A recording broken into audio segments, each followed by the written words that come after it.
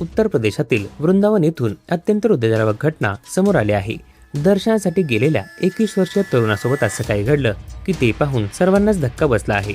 मध्य प्रदेशातील छतरपूर जिल्ह्यातील अभिज्ञान गुप्ता हा आपल्या वडिलांसोबत वृंदावनमध्ये दर्शनासाठी आला होता।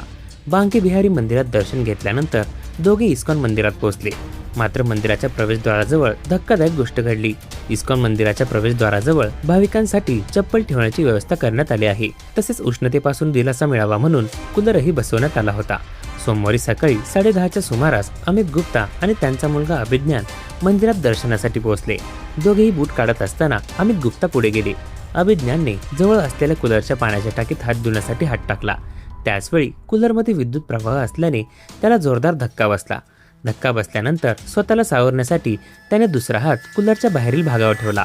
मात्र त्यामुळे तो अधिकच अडकला आणि कूलरला चिकटून राहिला। मुलाला विजेचा धक्का बसल्याचे पाहताच अमित गुप्ता धावत त्याच्याकडे गेले। त्यांनी मुलाला वाचवण्याचा प्रयत्न केला। कूलर दूर ढकलण्याचा प्रयत्न करताना त्यांनाही जोरदार धक्का बसला आणि ते खाली कोसळले। आजूबाजूच्या लोकांनी कूलर बाजूला करून त्याचे बटन बंद केले। त्यानंतर अभिज्ञानला तातडीने रुग्णालयात दाखल करण्यात आले। मात्र डॉक्टरांनी तपासणीनंतर त्याला मृत घोषित केले। रुग्णालयात मुलाचा मृतदेह स्ट्रेचरवर ठेवलेला असताना अमित गुप्ता त्याला वारंवार छातीवर दाब देत शुद्धीवर आणण्याचा प्रयत्न करत होते। उठ बाळा, तुझे बाबा आले आहेत असं म्हणत ते त्याला हाक मारत राहिले। डॉक्टरांनी मृत घोषित केल्यानंतरही वडिलांना आपला मुलगा जिवंत होईल अशी आशा होती। त्यांचा हा आक्रोश पाहून आजूबाजूच्या लोकांनाही धक्का बसला। अभिज्ञान हा अमित गुप्ता यांचा एकुलता एक मुलगा होता।